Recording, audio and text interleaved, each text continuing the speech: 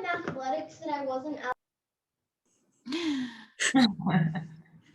Hello, everyone. Welcome to A Green and Gold Ink That Doesn't Run, Blockchain and the Future of Exports. We are joined by David Elliot, Bridie Ohlsson, Rob McNeill, René, Michau, and thank you so much for joining us. I will hand it over now to René. Good morning, Blockchain Australia. I'm René, Michau. I work for Standard Chartered Bank and I head up our Fintech Client Advisory team. We're here today with our panel members and I apologise for the slight noise in the background, so just give me one moment.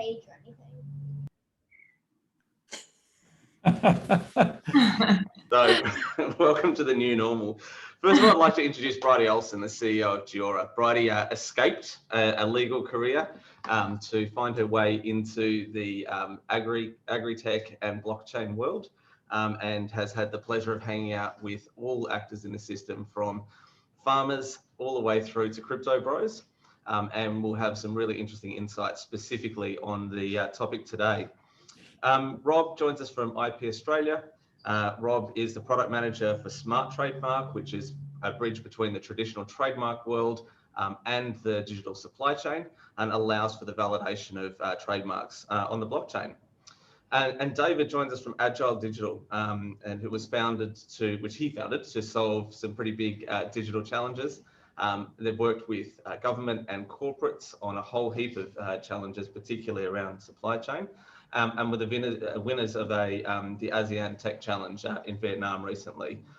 So today we're going to focus on the green and gold ink that doesn't run, helping the Australian supply chains be more successful and remove some of the hurdles that exist today.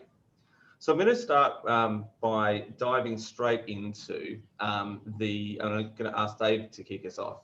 So when we've been talking about this topic, there's some really important actors that are not getting the full benefit of access to the global economy today, whether that's Australian mine producers being impacted by various government policies, or whether that's other participants in the supply chain in the region. When we talk about that aspect and the creating access to the supply chain, what does that mean to you, both in terms of Australian producers and the next billion users? Thanks, René. Yeah, when we went to Vietnam and looked in this space, there was a challenge put forward by APEC to bring the emerging digital technologies that benefit the smallest village in Vietnam. And they were looking at the problem with counterfeiting, which impacts Australia's clean, green and safe brand, which Australia spends a lot of money putting out to the world. And the world does want Australian products because of the ethics and the quality in that supply chain. So in Vietnam, the small villages are micro producers looking to export conical hats and lacquer bowls, and they were finding a lot of challenges with knockoffs in their supply chain. So we worked with them on thinking about how can they get more equal access to international supply chains and hold their own brands in the same way that Australia wants to. And it comes down to this need in global supply chains, very, very complicated, to have a base layer, a digital platform base layer that can record facts that we all agree are true.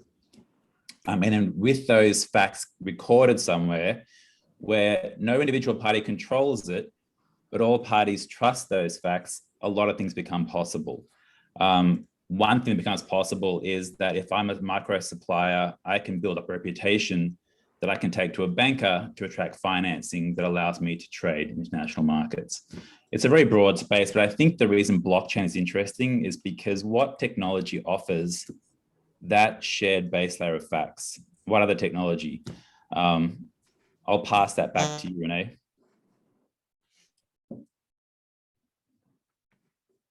That's really helpful. Thanks very much, Dave.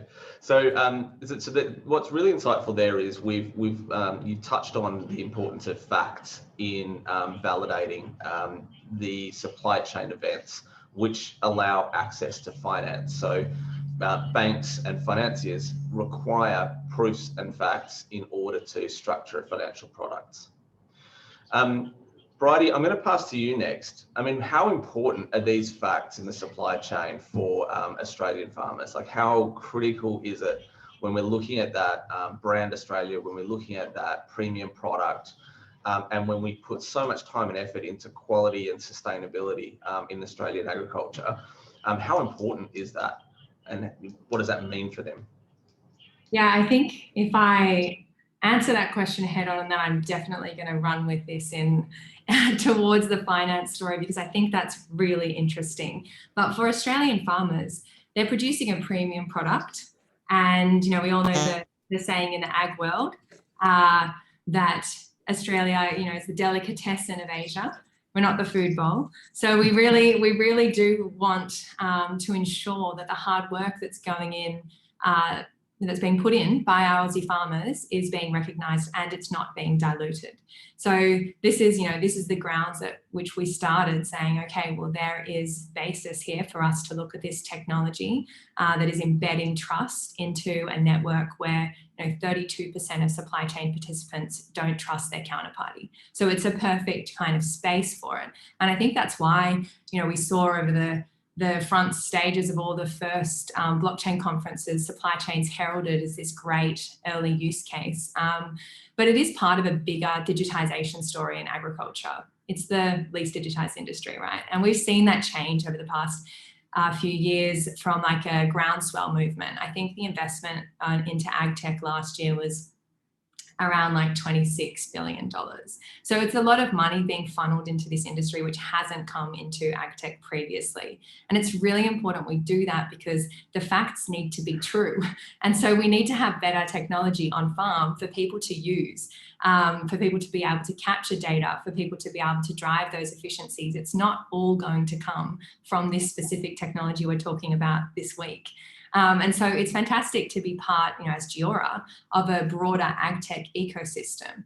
And, I think that one of the things in ag tech is that it's been a problem of not having enough infrastructure, there not being a use case. So as long as we have farmers calling up saying, hey, your product looks great, but I don't have internet on farm, that's an infrastructure problem. And so we're definitely needing to invest more in simply access to technologies. But I think what's interesting for us to talk about today is, okay, great, we're having access to technologies. What does access to blockchain technology mean for agriculture? And I think, David was spot on there from our perspective and our customers' perspective as well. What are we doing once we have the ability to create trusted facts and embedding trust into the data itself? We have a whole world of possibilities once we start looking at applications of different tokens on top of that. Certificates, access to new financial instruments, ways that we can deliver that $2.1 trillion annually that we need for our supply chains to actually be sustainable. So I'll hand back to you, René, otherwise I won't stop talking for the next half an hour. But I think it's a really exciting conversation that we're having here about what blockchain means within that broader story for Australian farmers. Thanks, Bridie. Rob, I'm going to bring you in now, right? So that, Bridie talked about that importance of access, solving both the infrastructure problem and the information problems. When we look at the value of trademarks, particularly for Australian business, and what that means, when you think about getting that digitized, having that provable, and embedding that into the way that companies transact, and kind of distributing that away from what we think of, the traditional wander into the trademark office to check if someone's got a name that we want to use. Like, how do you guys think about that? What gets you out of bed in the morning to kind of work on this problem? Yeah, I mean, it was really the change, the shift in the way that people were doing or are currently doing trade and how they want to use their artifacts, right? So we wanted to be an enabler of, things like access to the IP right in a more modern digital infrastructure. And it's a digitization story that Bridie just touched on, which was the main core for us. As an agency, we're going through and doing huge amounts of digitization over our transactional and informational channels. But that's just one step in the story. It's actually, what does access into the artifact of the trademark look like? So that's where our story got driven, and it's really there to help power those future stories about supply chains as they become more interoperable with technologies like blockchain, as we're seeing them evolve. And that was our story from the start when we're working with Agile Digital and we were doing these field trials. We know that producers and supply chain entities are heavily engaged in this digitization story and really excited and interested about blockchain. So we wanted to build out something that could start injecting the trademark where it's needed to help build those systems of proof and authenticity along that line. And we need to continue to explore it. And that's not a IP Australia problem, that's a Australian government and world government sort of regulator and administrative problem that we've got to look at, I guess, more as a collective. So that's, I guess, what really drives our story, and I think that we're already seeing some benefit in having that injection. We know that we can build trust as an immediate benefit. And I think down the line, as it gets more sophisticated, we'll be able to do things like real-time enforcement that might actually help clean up a lot of the issues that happen in these really kind of murky, opaque supply chains in the future. Yeah, perfect. Thanks, Rob. I'm going to come back to those murky, opaque supply chains in just a minute. Yeah. I want to touch briefly on, one of the things that we focus very much on with Australian industry is sustainability and quality, right? But a lot of that is also tied back to ethics, right? Making sure that we've got safety for those who are working in our industry, making sure that we've got, fair pay and all of those, there's a whole bunch of structure around trying to be socially responsible and allowing brands to have social license to operate. So when we look at this new technology, right, it allows us to put a lot of facts, a lot of information into the supply chains. What's most important when we think about sustainability and ethics in, we can talk about those things separately or together. Bridie, I'm going to let you kick off on this.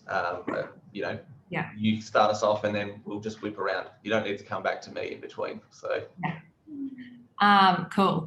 I know in our pre-conversation, this is something we all think about a lot, both technically and then also ethically. And I think that is something that industries are very concerned about. If you take the Australian cotton industry, water use is a massive one. We're world leaders in that, but how do we protect that position and how do we ensure that social license continues? And I'm going to answer this technically and say that there are much better ways for us to certify the efforts than what we have been doing previously. Issuing a PDF certificate, which is maybe based on an annual audit, is a great first step because it does encourage people to adopt practices.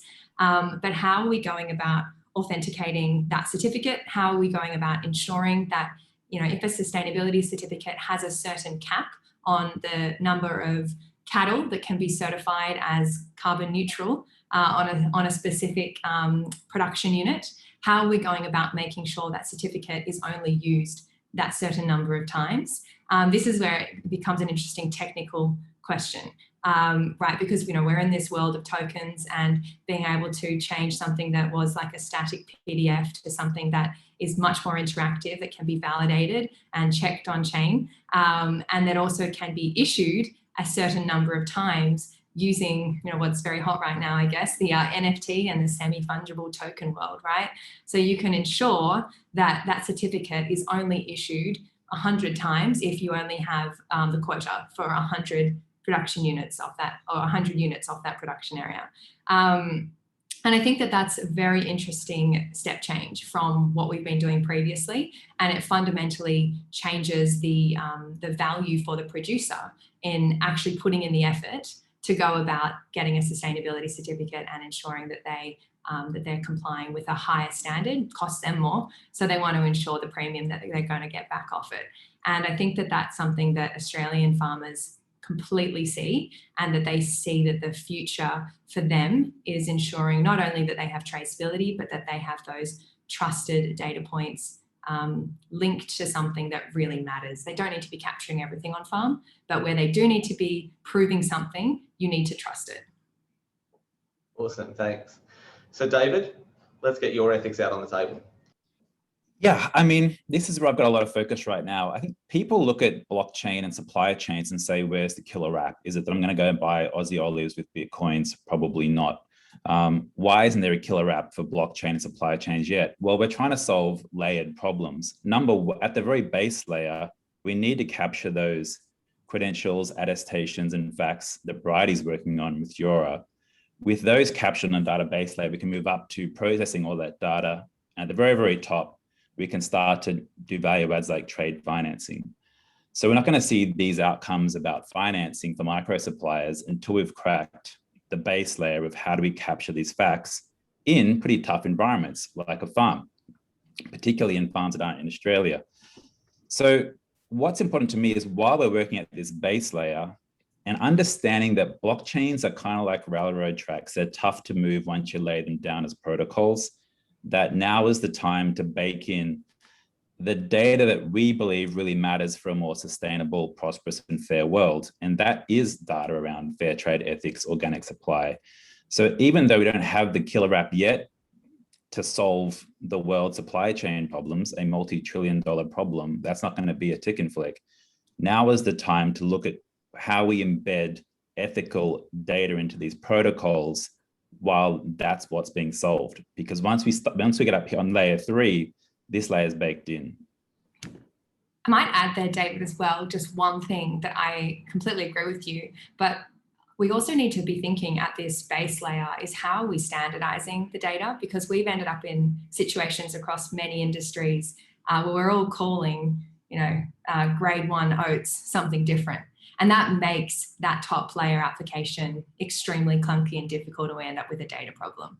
So how are we setting like best practice and standards, and smart contracts are great for that, at that base data layer so that it's useful information for a financier, for a certifier. 100%. And that's a regulator role, and where agencies like IP Australia should step in and say, a attestation around my trademark is according to this standard. And I know that Rob has been over to Geneva to sell the smart trademark as a thought leader, but that is a role we need interoperability at this layer. Otherwise, it's the Tower of Babel, of course.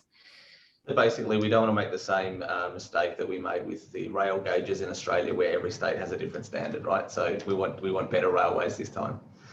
Rob, I'm going to flick over to you. You can comment on anything you said, but when are we going to see smart trademarks pumping out NFTs for sale? Oh, well, if I could fatten my own pockets, I would. No,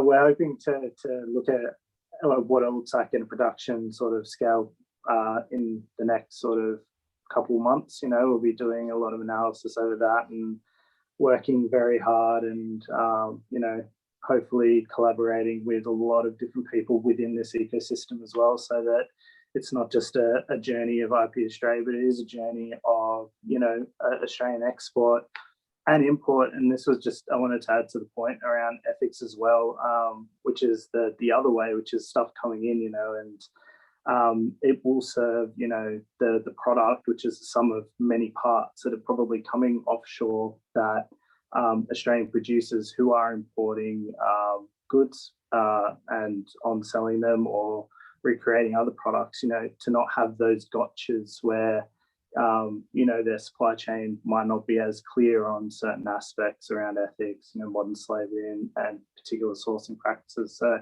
wanted to add that one in to around ethics, which I think is super important.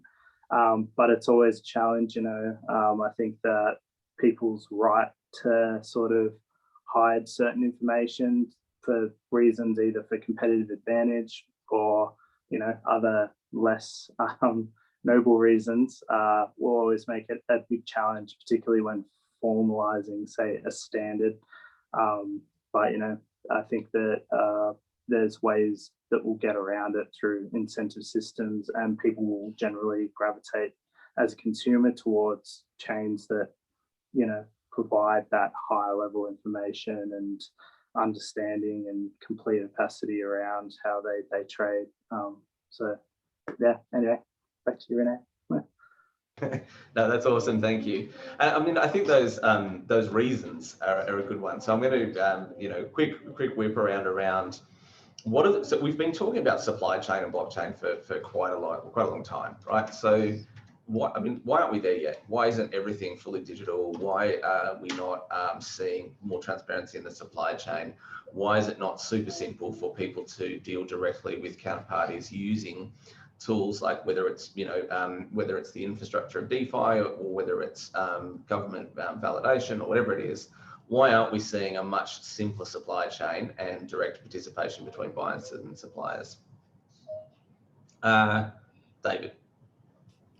Thanks, René. A wise man once said to me that if we were going to digitize international supply chains, we'd have already done so because we had computers for quite some time. I think that was actually you, René. I think that you need two things to have a transformative effect in a complex system like the world supply chains. One, you need the capability. We need technologies that allow decentralized control. I don't think there's going to be one grand database at the OECD in Geneva that watches all the supply chains. So we need decentralization technology, which is why we're excited about the potential of blockchain. And you also need a compelling event. What's going to drive that change? I think we're seeing a convergence of events right now in a shine for our government. Pardon me, my internet says it's not going so great. So that's going to drive a lot of government. You still got me? That's going to drive a lot of capital from our government into supply chain security as a national priority. So we've got sustainability of supply chains, but also security of supply chains. So the compelling event of COVID and also international strife in supply chain interference is driving a compelling event to invest into the space at the same time that these technologies are evolving. I think that's the right mix where we're going to start to see some sparks come out from where we've only been seeing smoke for some time. Okay, thanks. And Bridie, your take on that? Yeah, I think that to kind of give credit to the ag industry, we started from a really low base. So if we're thinking ag supply chains, there's not been much there. I mean, in 2016, when we started piloting some of the applications of blockchain for ag with AgriDigital, we were moving people off pen and paper. Our biggest competitor was Excel. So I think if you look at that base and you say, right, well, what do we need to roll out first? AgriDigital has done that really well in the grain industry in Australia, and they rolled out a fantastic kind of SaaS mobile application layout for farmers to actually manage their businesses in a digital way. And that's had huge adoption in Australia. So I think starting from a low base has meant it's been a journey to get to the point where we can actually leverage these other kinds of technologies. But then if I take like a blockchain lens in particular, I think that, we've kind of failed a little bit over the past few years, in that the world of blockchain's been the world of multi-million-dollar pilots for vertically integrated companies. It hasn't kind of held true to its promise necessarily of democratizing access to technology. And it's been like too technical and too expensive for 570 million farmers globally to access. And I think that we're now at that point where it's changing. And we do have the technology available to manage the privacy concerns, to offer this at a rate that, is $3 to $50 a month, right? That's where we started Geora, rather than starting with a huge pilot agreement, a whole lot of legals, and $1 million in the bank. I think that it's shifting, and I think that puts us in a good position now to capitalize on what we haven't been able to deliver previously from a technical lens. And from an ag tech side, all things point to no longer being the least digitized industry in 10 years' time. But we're working on that as an industry as well. Awesome, thank you. So Rob, I'm going to get you to kick us off into the home run for the session. So there's kind of two things which I think are really important. We haven't mentioned the C word at all in this session so far. I mean, we've touched on it with NFTs, but is part of the problem here we're afraid of crypto? Is that sort of part of the problem? And then the second question for each of you is, what's the one thing you want our audience to take away from today's session as something that they own and think of when we think about this green and gold ink that doesn't run? Yeah, well, I mean, it is interesting we haven't touched on cryptocurrency, and I mean, I personally see it as been a huge factor. Obviously, it's pivotal in the application of Bitcoin and all the altcoins that are out there. And as a incentive system, it actually does do really powerful things in helping us form consensus and incentivizing people to perform and engage into an actual chain. So I think it will have a massive part to play. Just how that looks. Obviously, if I knew that question, I'd probably be making lots and lots of cryptocurrency. But I think like what Bridie touched on with having these sort of more refined chains now, and the barrier of entry and the cost is going to really help with specialization, because I think early days we had a lot of people probably trying to do these kill-all solutions, boiling the ocean, right? And we know that supply chains are very unique, depending on industry, depending on individual preference. And parties across the supply chain just need to understand what their fit is. And I think that that's going to really help power the future of these supply blockchains. That's been my key, I guess, takeaway from our early piloting. And that's the kind of messaging I'm trying to push into the product that I'm developing here at IP Australia, which isn't that we're going to be the solution that fixes supply chains. We're just going to be one pivotal part of how you leverage a trademark or a government registered artifact into a supply chain. So I think the key thing for me is, as people start to identify their role and they start to identify what that means for them in a world of blockchain supply chains, then we'll start to see real power coming out of this utility within this space. I'll follow on. Well done. Thank you very much. So I'm so sorry, guys. I'm getting the hurry up from the conference. So I wanted to say thank you all very much for that. I think what we've talked about today is the commercial opportunity, the importance of facts in financing the supply chain, the criticality of inclusion, ethics, and sustainability being built in from the base layer all the way through the stack. And the fact that digital currencies play an important role in this as well. So thank you, Bridie. Thank you, Dave. Thank you, Rob. It's been a really wonderful session, and I hope everyone was able to take something away from that. Thanks all. Thank you.